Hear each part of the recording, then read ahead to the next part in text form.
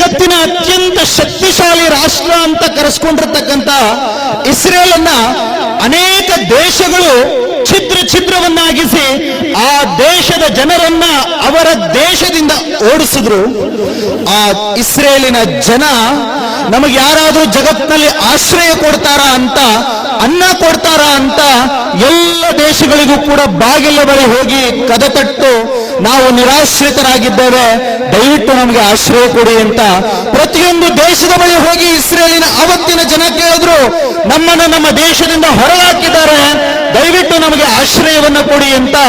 ಆದ್ರೆ ಚೆನ್ನಾಗಿ ನೆನಪಿಟ್ಕೊಳ್ಳಿ, ಇಸ್ರೇಲಿನ ಆ ಜನರನ್ನ ಅನೇಕ ದೇಶಗಳು ತಮ್ಮ ದೇಶದ ಒಳಗಡೆ ಬಿಟ್ಕೊಳ್ಳೋದಿರ್ಲಿ, ತಮ್ಮ ದೇಶದ ಗಡಿ ಆಚೆಯಿಂದ ಎಷ್ಟು ಜನರನ್ನ ಬೇಕೋ ಅಷ್ಟು ಜನರನ್ನ ಕತ್ತರಿಸಿ ಕೊಂದು ಹಾಕಿದ್ರು.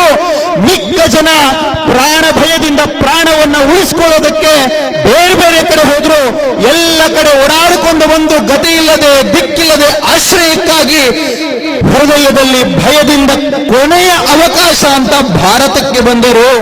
ಆದರೆ ನೆನಪಿಟ್ಕೊಳ್ಳಿ, ಯಾವ ನಾವು ಈಗ ಭಾರತ್ ಮಾತಾ ಕಿ ಜೈ ಅಂತ ಹೇಳಿದ್ವಲ್ಲ, ಅದೇ ನಮ್ಮ ಭಾರತಾಂಬೆ, ಅದೇ ನಮ್ಮ ಭಾರತ, ಅದೇ ನಮ್ಮ ಭಾರತದ ಅವತ್ತಿನ ನಮ್ಮ ರಾಜರಾದ ಹಿರಿಯರು ಇಡೀ ಜಗತ್ತು ಯಾರನ್ನ ಬಹಿಷ್ಕರಿಸ್ತೋ, ಇಡೀ ಜಗತ್ತು ಯಾವ ಇಸ್ರೇಲಿಯರನ್ನ ಕೊಂದು ಬಿಸಾಕ್ತೋ ಅಂತಹ ಅಳಿದುಳಿದ ಇಸ್ರೇಲಿಯರನ್ನ ನಮ್ಮ ದೇಶದ ಒಳಗಡೆ ಸ್ವಾಗತಿಸಿ ಮತ್ತೊಮ್ಮೆ 1948ರವರೆಗೆ ಅವರು ಸ್ವತಂತ್ರ ದೇಶವನ್ನು ನಿರ್ಮಾಣ ಮಾಡಿಕೊಳ್ಳೋದ್ರವರೆಗೆ ಸತತವಾಗಿ 2000 ವರ್ಷಗಳ ಕಾಲ ಇಸ್ರೇಲಿಯರ ಬಹು ಜನರಿಗೆ ಭಾರತ ಮಾತೆ ಆಶ್ರಯ ಕೊಡ್ತು.